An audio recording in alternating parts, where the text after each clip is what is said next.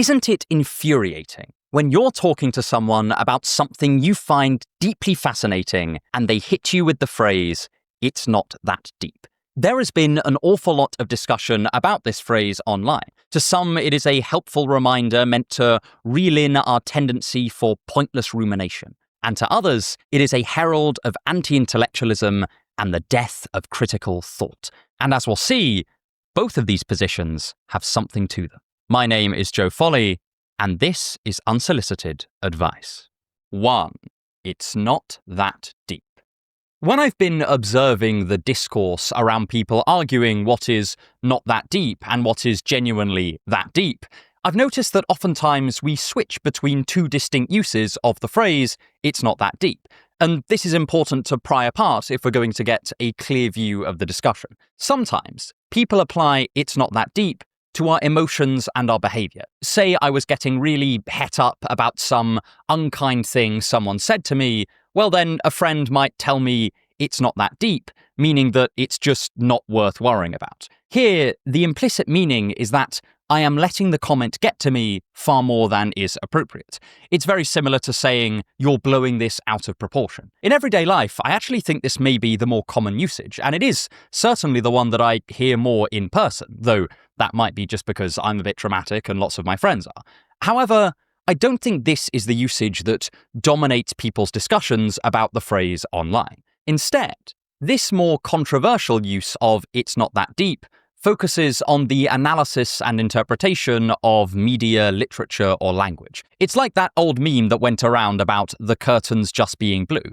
It references the supposed tendency of English teachers, and by extension, people who are interested in literature, to read too much into what they're reading, inferring author intention where none is actually there.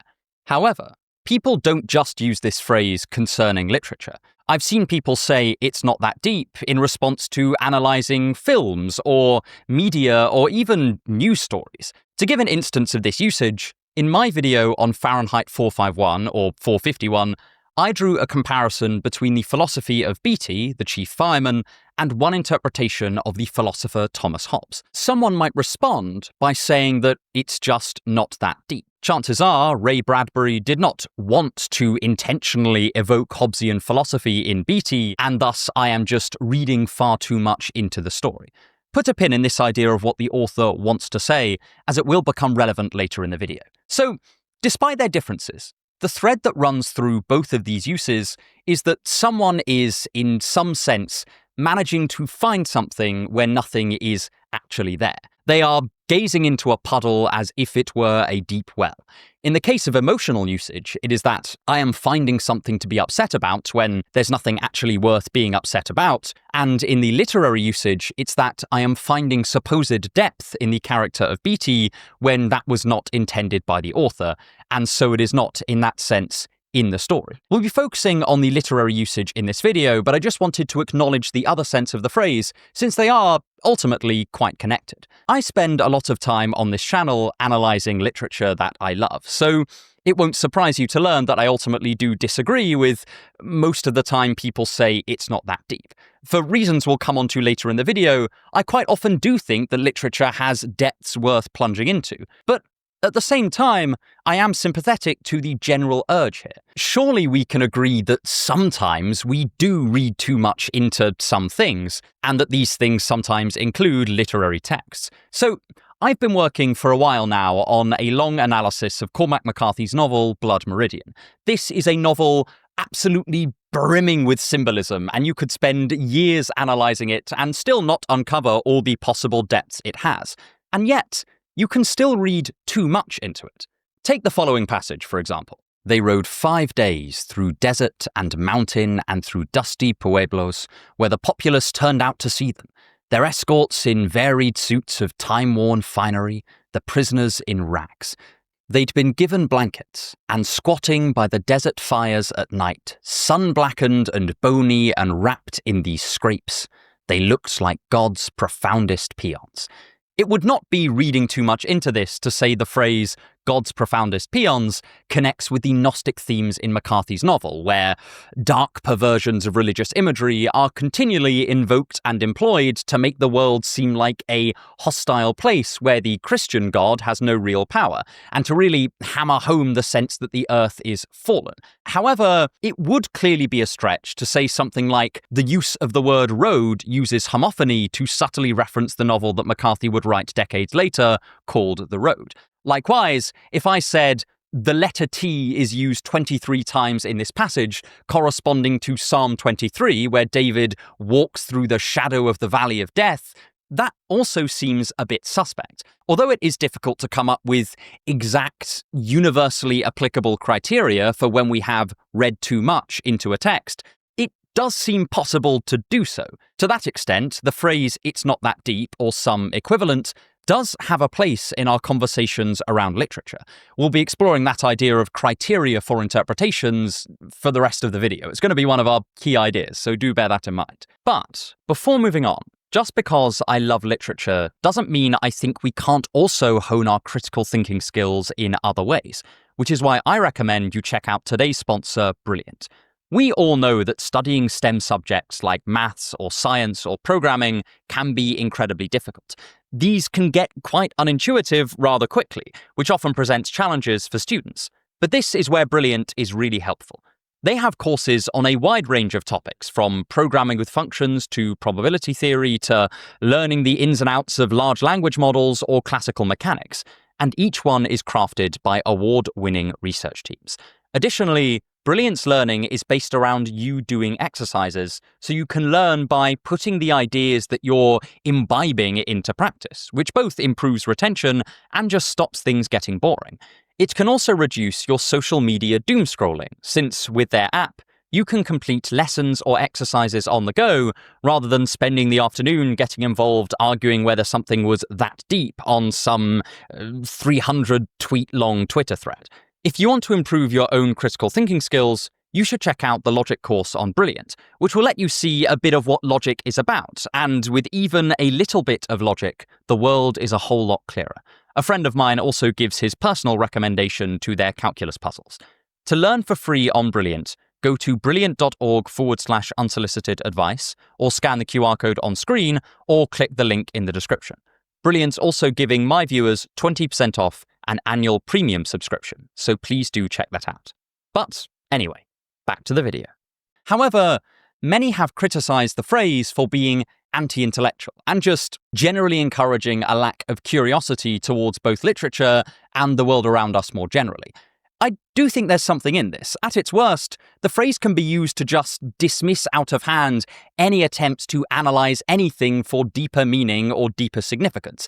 This is how you end up saying that 1984 is just a fun sci-fi story with no relevance to the real world or lessons it could teach us. Additionally, this attitude could potentially stretch well beyond the world of literature, and we could start to become totally incurious about the world itself. A number of creators have talked about people self-identifying as bimbos and himbos, and how certain proportions of Gen Z have transformed ignorance into a badge of honor, as if curiosity itself were a bad thing.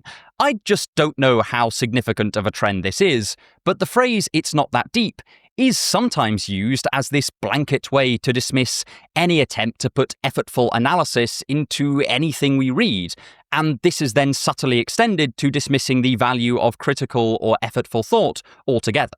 To give an example of just such a response, I came across this interesting video by a YouTuber named Celine, who makes the following critiques of "it's not that deep," among some others. 1. "It's not that deep" is applied where it is inappropriate to do so, missing the genuine depth within a text. 2. "It's not that deep" discourages people from thinking critically about what they read and watch. And 3. "It's not that deep" is used to dismiss topics or fields rather than explore them or understand them further. Of course, whether the phrase and the trend it represents truly has caused a decline in critical thinking or curiosity is an empirical claim, and one that would probably be very hard to test in practice. But it is undeniably plausible, and anecdotes don't count for nothing here, especially when it's very difficult to see how you could measure this at scale and isolate this as a causal factor. And even if we did just consider the impact of this attitude on literature, do we really want to discourage people from closely engaging with the books that they read? On the other hand, when confronted with two opposing sides like this, it's easy to merely set up a binary choice between people who analyze literature and people who only give surface-level readings to books. But I actually think that things are probably a lot more complex than this, and we may actually end up learning something from the "it's not that deep" camp. And to understand why, I think we have to take a look at the process of interpretation itself. 2. What the hell is interpretation anyway? The question of "is it that deep" seems fundamentally related to what it means to interpret a text. This is a whole field of philosophy and literary studies, and we can't really go into it in any detail. We'll really just skim the surface of it here. But to begin with, let's just take a look at what kind of things separate the process of literary interpretation from other sorts of inquisitive activity. Why is it that someone can say "it's not that deep" about literature, but people don't tend to say it about science or mathematics? So take scientific inquiry, for example. When we take our perceptions and then systematize them into a set of natural laws or theories, what is it that we're trying to do? Well, from one perspective, we are trying to find things out about the external world. That is, we are trying to discover what is true about reality. But even taking this as read, how do we know that something is true in this scientific sense? Well, the standard, and I think very plausible answer, is to do with observation and prediction. We test our theories by checking them against our future observations. If the theory does not predict or cohere with our observations of the world, then we set it aside. If it does, we keep it on until something better replaces it. But why does this process work? Well, for many reasons. But one key reason is that we human beings generally observe the same kinds of things in the same kinds of circumstances. If you and I are put in front of the same table and asked to measure it, we will get roughly the same results. They will be convergent. If we get 1,000 people in a room and ask them to observe the same event from the same angle in the same conditions, they will report roughly similar findings, or at least most of them will. This is what allows us to check one another's observations and one another's results in science. If half the world was populated by hyper-intelligent bees who perceive the world in fundamentally different ways to us, then we would find it much more difficult to check the results of one another's experiments. We wouldn't be able to do this cross-person verification process because we would, in effect, have two rival non-convergent models of the world. Whether or not you think that science is uncovering metaphysical truth or just accounting for cumulative observations, the whole enterprise can only pragmatically function because we humans perceive roughly the same things in roughly the same situation. Now, don't be fooled into thinking this is in any way a more profound point than it actually is. I'm just pointing out that in order to predict observations and to communicate those predictions between people, those people have to observe things in roughly the same way. Luckily, this does largely hold for our perceptual observations of the natural world. As C.S. Peirce pointed out, we can't choose what we perceive. Our perceptions are forced on us, largely independent of what we want. I am simplifying here, but to illustrate this point, if I stick my hand in a fire, it is not up to me whether I perceive it as hot. Of course, this doesn't mean that our perceptions are not value-laden or not conceptually influenced, just that they are stable enough for the purposes of scientific inquiry, and importantly, convergent enough. All of this helps underpin the stability of scientific observation and scientific theorizing. It's part of what allows us to make progress in this type of inquiry. It also means it is difficult to read too much into observational scientific statements, because they have this helpful convergent property, and thus we can agree about observations. It's worth noting that when we do lose this connection with convergent observations, we do start to see people make "it's not that deep"-esque statements about scientific theories. For instance, the quantum physicist Arthur Sommerfeld used to warn his students away from thinking about what quantum physics means, and whether it is true, and what different parts of quantum physical mathematics refers to. He instead wanted them to stick to looking at the results of experiments and how to predict those results. In effect, he was saying that the metaphysical interpretations of quantum mechanics were not that deep because they go beyond what we can have convergent observations about. But what does any of this have to do with literature?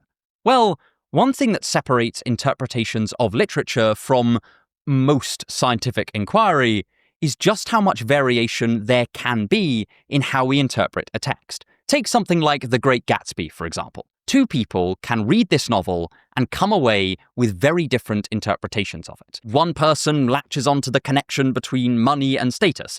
Another thinks of it as a sort of twisted, corrupt love story. Another views it as a commentary on the American dream. A fourth person simply takes in the plot and doesn't think to look beneath the surface. And each of these readers ends up with a very different picture of what The Great Gatsby is about, and there's no immediately obvious way of adjudicating between them. We can't run an experiment on the text in the same way that we can measure my table. This leads to a situation where one person can genuinely not see the same depth another person sees in a piece of literature, with no immediately obvious way to resolve that disagreement. This is also complicated by the fact that interpreting a text involves a lot of input from the reader.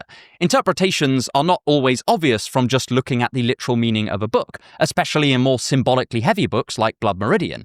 And this opens the door for us to potentially project meaning onto a text that is not, intuitively speaking, in the text. It's always very difficult to tell just how much of an interpretation comes from the book and how much comes from the reader, and it's highly questionable whether there is even a neat line between where the meaning of the book ends and the meaning created by the readers begins. After all, if there were no readers, the book would cease to have any meaning at all. If every single English speaker and reader died, and all trace of the language was thus wiped from existence, what would be the meaning of Hamlet, or even of a basic English sentence like "the cat is on the mat"? Language and linguistic interpretation is always a collaboration between speaker and hearer, and is even more so in the case of a novel. And as we've just seen, the interpretations can vary much more than the way we interpret reality when we go about our scientific theorizing. This interdependence between the text and the reader means that whether someone is reading too much into something is always going to have a bit of a fuzzy boundary. However, it's worth noting that a fuzzy boundary is not no boundary. We don't have a neat criterion that can tell us when grains of sand become a heap or when stubble becomes a beard, but there are still clear instances of heaps and beards in the world. What it seems we need is something like an evaluation criteria for interpretations of literature.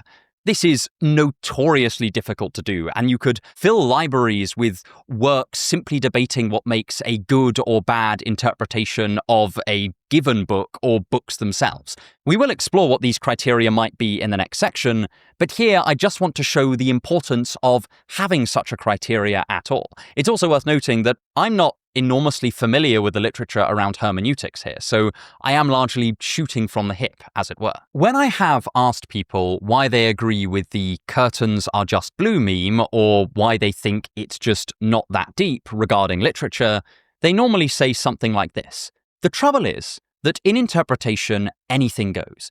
You might say that the curtains are blue because of something about the character's mental state. I say it's just because they are blue. Who can say whether you are right or I am right? So there's no point talking about it. And I actually do think this argument is getting at something important, which is that without any notion of what makes a good or bad interpretation, the whole exercise of interpretation seems a little bit idle. There's nothing stopping me from making up some deeper meaning and then just assigning it to the text. No one can say anyone is wrong about anything, and so we may as well just be doing word association. The significance of a dialogue partly comes in specifically what you cannot say, what the criteria for admissibility are. Scientific communication takes its significance partly from the fact that there are empirical criteria for what makes a good or bad scientific theory, and thus what makes an admissible scientific statement. Mathematical communication, however seemingly impractical or abstract, still does have to pass an incredibly high bar to be admitted into the world of mathematical facts. I think sometimes, when someone expresses extreme skepticism about interpretation or its value, they are often pointing to a perceived lack of evaluative criteria for what makes an interpretation worth listening to or worth believing in. And if no criteria is provided, there is a real sense in which the whole process of interpretation does seem uninformative. If you can say anything, then you end up saying nothing. It reminds me of an article by cognitive psychologist and friend of the channel, Dr. Shane Littrell, called "The Death of Expertise Was an Assisted Suicide," and you can read it here. There, he argues that increasing distrust in accredited expertise has been partly fueled by experts themselves beginning to believe that they can comment on anything and everything with the presumed authority of an expert on it. And so we slowly began to lower our trust in what experts say. This, too, is a reflection of looser evaluative criteria. If you can proclaim to be an expert while still spewing a lot of bollocks, and if you can be an expert on one thing and then proclaim yourself an expert on everything, then the label expert carries a lot less weight. That is, if everyone's an expert, then no one can be. I call it the syndrome thesis of evaluation, after the villain from The Incredibles who wanted to make everyone super, because if everyone's super, then no one is. This is why I'm hesitant to respond to "it's not that deep" by just saying it is that deep. While I think that the anti-deep brigade can definitely dip into anti-intellectualism, I also think it is equally anti-intellectual to argue that things are always that deep, and thus to allow for a totally unconstrained range of interpretations, each equally as good as one another. This attitude, in my view, is just as destructive to literary interpretation as a discipline, because it ultimately trivializes the exercise. It would be as if someone responded to science denial by throwing out any empirical standards in science. It's not so simple as every interpretation is in and of itself good, because, if anything, this would genuinely justify someone thinking that literary interpretation was pointless. It would make it analogous to playing football without any goalposts. So, if it is a perceived lack of evaluative criteria that is behind the "it's not that deep" crowd, what kinds of criteria could we offer? If you want to help me make more videos like this, then please consider subscribing, either to the channel, or if you're feeling incredibly generous and want to gain access to exclusive content, including my slow-motion, book-by-book bookshelf tour, then consider subscribing to the Patreon, though it's absolutely no pressure. The links are in the description. 3. So, are the curtains just blue? One of the oldest observations in philosophy comes from Aristotle, who said that if you want to call something good or bad, then you need to know what it's for. A sharp knife is a good knife because a knife's purpose is cutting. A waterproof umbrella is better than one with loads of holes in it because an umbrella's job is to keep out the rain. You don't need to buy into some heavyweight Aristotelian notion of purpose to use this style of reasoning, especially when it comes to specifically human activities. A good football player is someone who is fast, with good ball control, good shot accuracy, etc., etc., etc., because those are the kind of things that make you more likely to achieve the explicit aim of football, to win the game. So we can ask ourselves, what is the aim of interpreting a piece of literature? And I would argue there is certainly not just one aim. The word interpretation hides a multiplicity of subtly different activities with quite different intentions in mind that will then naturally give birth to different evaluative criteria. Here are some of what I think are the more common aims that I see when I'm watching people interpret literature. Perhaps what many people think of when it comes to literary interpretation is that we're trying to reconstruct the intention of the author. This goal is implicit in the meme about the curtains just being blue from earlier. The contrast is drawn between what the teacher thinks the author intended versus what the author actually intended, because the person who created this meme thinks, either consciously or unconsciously, that the goal of interpretation is to get at what the author actually meant by something. This does make a lot of sense as an aim of interpreting literature. After all, when we communicate with one another in a much more everyday sense, we are often trying to transmit thoughts from one mind to another. And inasmuch as this is true, when we're listening to someone in person in our everyday lives, we are trying to get at the intended meaning behind their speech. This is what cognitive linguists sometimes call the speaker meaning of an utterance. And as a result, the evaluative criteria for this aim seems pretty intuitive.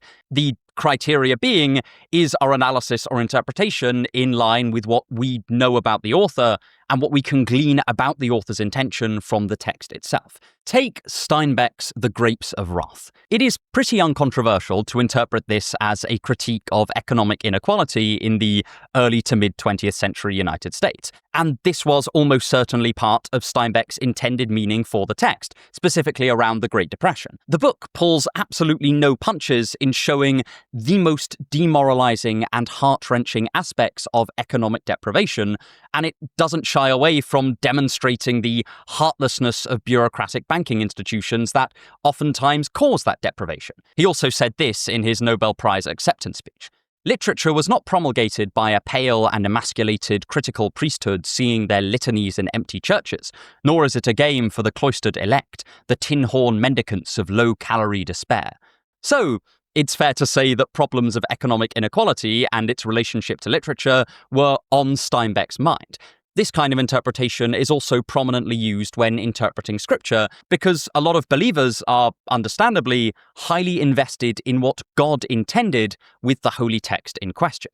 This type of interpretation can also go well beyond the explicit or conscious aims of the author, and we can begin to talk about the unconscious assumptions that they're using as well. For example, Shakespeare has Hamlet say the following: "But that the dread of something after death, the undiscovered country from whose burn no traveller returns, puzzles the will, and makes us rather bear those ills we have than fly to others that we know not of. Thus conscience does make cowards of us all." Separate from exactly what Shakespeare explicitly meant to communicate with this section, we could identify a series of assumptions that he is making. For example, that there is such a thing as a will, and that cowardice is a bad or undesirable thing. Here, again, the evaluation criteria is based on the factual plausibility of the argument with reference to the kind of implicit things we would expect to be in the mind of a man living in Elizabethan England, and from the evidence expressed in the text. That is it plausible that Shakespeare believed that cowardice was a bad thing? Well, probably. And the irony inherent in the final phrase of that section relies on the contrast between conscience, assumed to be a good thing, and cowardice, assumed to be a bad thing. However, this process of attempting to reconstruct the author's mind is certainly not the only aim that people themselves have in mind when they are interpreting literature. You might, for example, be partly concerned with fidelity to authorial intent, but also be highly interested in something else. Although this example is from philosophy, not literature, I'm reminded of how John Richardson opens his book on Nietzsche's philosophy, entitled Nietzsche's System. Since I often push for specificity beyond what can be found in Nietzsche's words, the system this book sketches is, in its details at least, a construction on and beyond what he says, and an effort to use, to think productively with, the ideas he leaves us. The boundary between these points of describing and developing is, inevitably, very hard to draw, but I propose that the main lines of what follows do match the deep structure of his thought. That is, Richardson is not just trying to say what Nietzsche's intentions were and what Nietzsche meant by his words when he put pen to paper. He's not just trying to elucidate what Nietzsche, as expressing Nietzschean philosophy, means. He is balancing the twin aims of faithfulness and fruitfulness to be part constructive and part conservative in his reading of Nietzsche. Thus, our evaluation criteria can't just be to check Richardson's claims against the historical evidence we might have for Nietzsche's intentions, since Richardson freely admits that that is not his only goal. His stated goal is also to systematize Nietzsche's thought, even where this might go beyond Nietzsche's own intentions. Thus, we must partly evaluate Richardson's claims against the fruitfulness, cogency, and coherence of the ultimate philosophical system that he, almost collaborating with Nietzsche's works, creates. The mixed nature of Richardson's stated aims must be reflected in the criteria that we use to evaluate it. And an awful lot of interpretation sort of implicitly falls into this second camp, where the interpreter is partly invested in authorial intent, but they are just as interested in using this piece of work for some other aim. René Girard is possibly one of the most famous interpreters of thinkers like Dostoevsky, Stendhal, and Proust. Yet, If you read his writings on these authors, he is often more interested in what they reveal about mimetic desire through their writings than in just working out what specifically these specific authors were trying to communicate, what they had in mind when writing. A lot of the interpretation that I do on this channel also falls into this camp.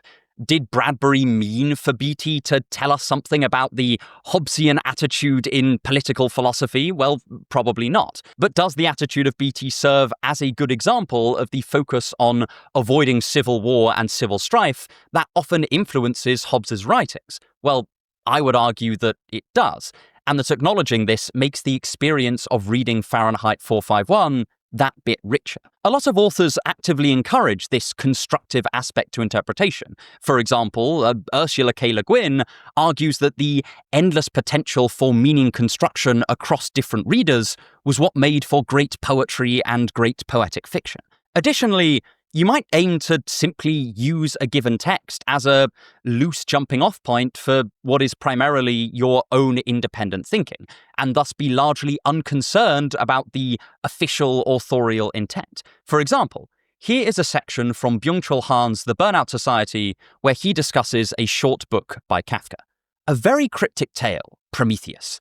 Kafka undertakes a few modifications of the Greek legend. His reworking reads, "The gods grew weary. The eagles grew weary. The wound closed wearily."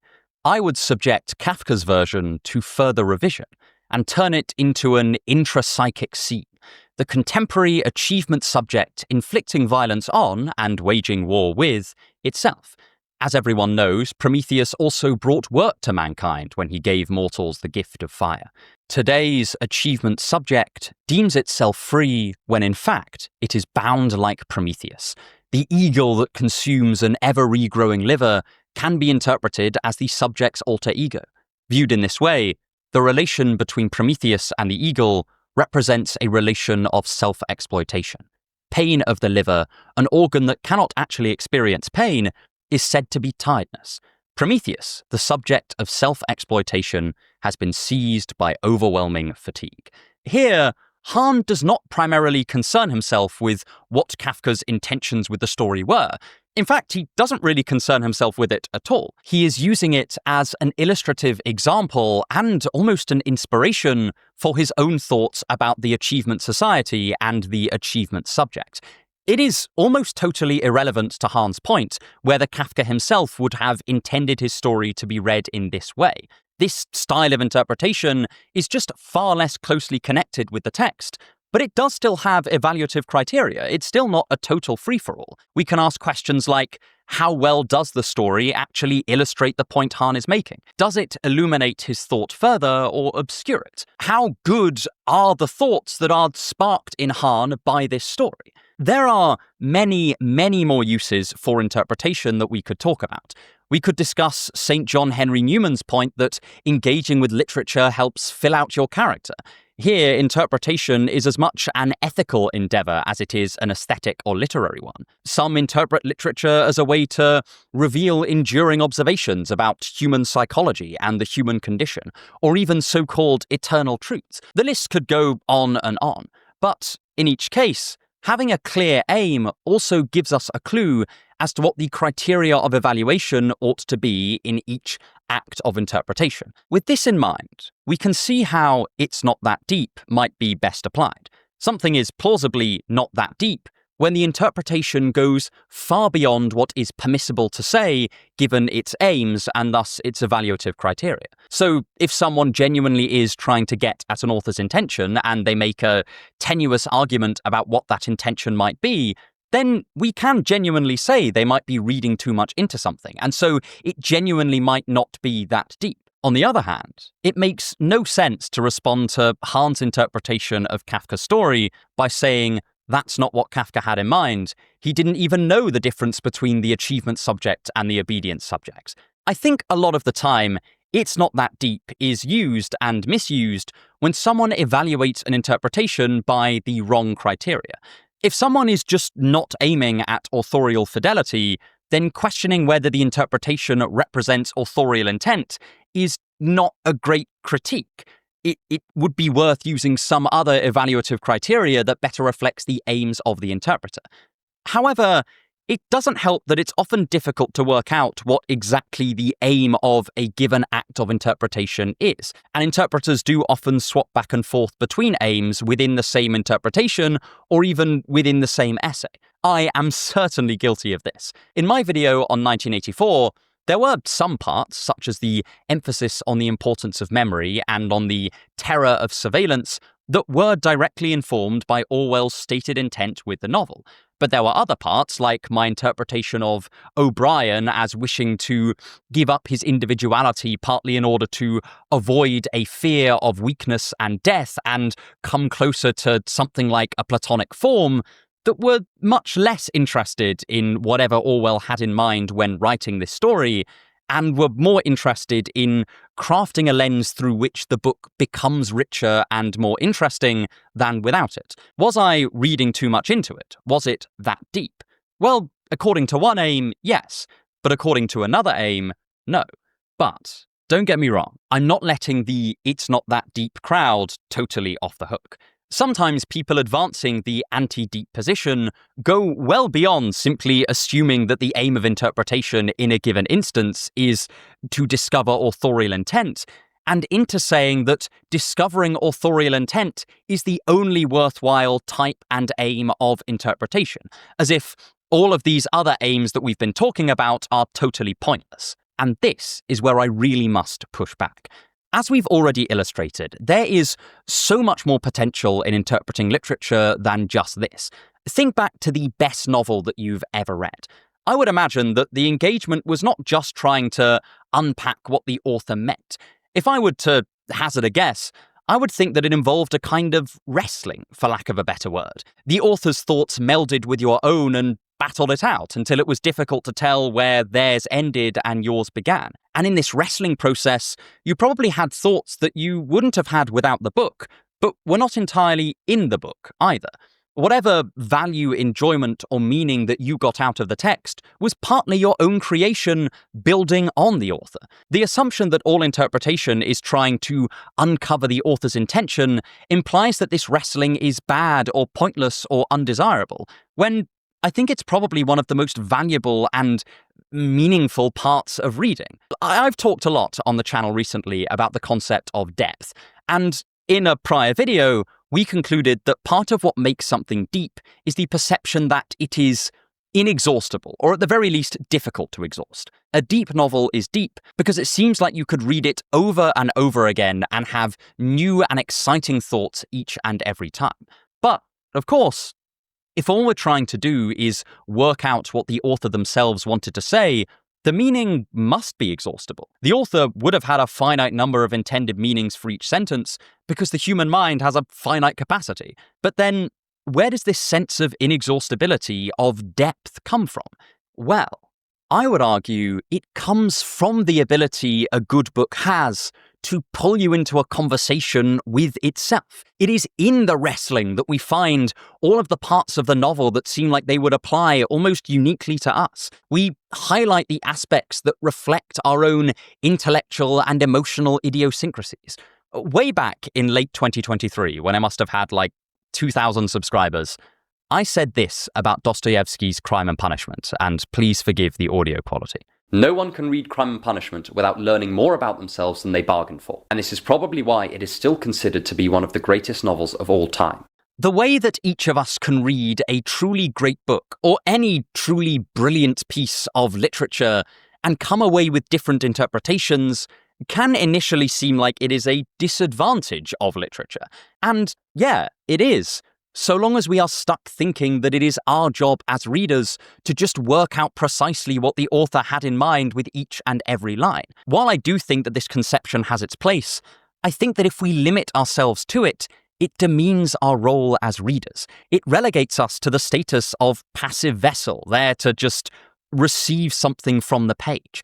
Does it not do so much more justice to the act of reading and interpreting to recognize the variable and human aspects to it? To recognize that it is not just a passive process, but an active engagement, an active wrestling with a great mind who may have lived in years gone by, but that we can somehow miraculously converse with in the present day. So, yes, The English teacher may be reading too much into things when they declare some grand authorial intent behind the curtains being blue. Though, to be clear, they might not be. Many authors do put a lot of symbolism into their setting descriptions. However, reconstructing authorial intent is not the only or even the main goal behind people interpreting literature.